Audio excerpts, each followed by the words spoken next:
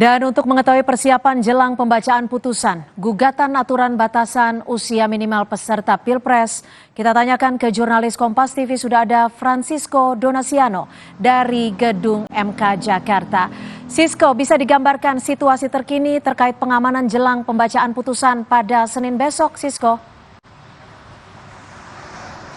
Ya, selamat petang Cynthia. Kalau kami pantau tadi memang sempat ada demo yang dilakukan oleh Aliansi Mahasiswa sekitar pukul 2 siang seperti itu. Namun pada saat ini untuk kondisi ataupun juga di sekitar di depan jalan di Mahkamah Konstitusi sudah terpantau lebih kondusif seperti itu. Ada petugas kepolisian yang berjaga. Memang kalau berdasarkan informasi yang kami dapatkan terkait nantinya besok ataupun juga pada tanggal 16 Oktober pada hari Senin, Cynthia dan juga saudara, ini proses penjagaan ini masih berpacu ataupun juga mengacu pada internal yang dimiliki oleh Mahkamah Konstitusi. Nantinya memang akan melihat sendiri bagaimana proses ataupun juga eskalasi apakah nantinya ada pergerakan jelang pembacaan putusan dari sidang gugatan yang akan dilakukan pada hari Senin esok. Nah, cukup menarik memang Cynthia dan juga saudara kalau kami lihat ataupun juga kami pantau, memang ini pada hari esok ini akan terkait masalah pengucapan putusan uji material atas pasal 169 huruf Q Undang-Undang Pemilu yang mengatur batas usia minimal capres dan juga cawapres pada Senin mendatang.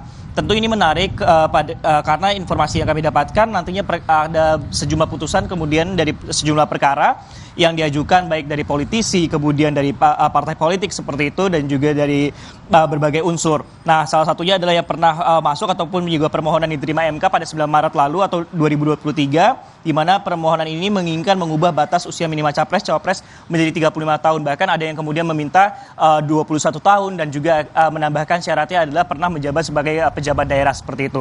Nah, cukup menarik bahwa memang masih kami nantikan bagaimana putusan ini akan dijalankan dan juga dari persiapan dari Mahkamah Konstitusi sendiri. Nah, kalau berdasarkan ataupun juga mengutip seperti itu statement dari Ketua Mahkamah Konstitusi Anwar Usman, memang rencananya besok ini apabila tidak ada halangan nantinya ada 9 hakim konstitusi yang akan hadir untuk membaca putusan tersebut. Nanti memang akan kami nantikan bagaimana kemudian hasil dari sidang putusan tersebut, Cynthia dan juga saudara, karena ini juga cukup menarik mengingat bahwa pembacaan ini ataupun juga pembacaan putusan ini adalah 3 hari jelang pendaftaran capres ataupun juga cawapres di Komisi Pemilihan Umum Republik Indonesia. Sehingga kita akan melihat apakah dengan hasil dari putusan MK ini ataupun juga pembacaan ini akan mempengaruhi peta politik saat ini. Karena kita mengetahui hingga saat ini setidaknya dari tiga poros yang kami lihat ada ini masih ada 2 kemudian bakal calon presiden masih belum memiliki cawapres seperti itu. Apakah ini akan mengerucut pada satu nama dan juga mengubah peta politik khususnya di bakal calon wakil presiden? Kita akan nantikan dari sidang putusan MK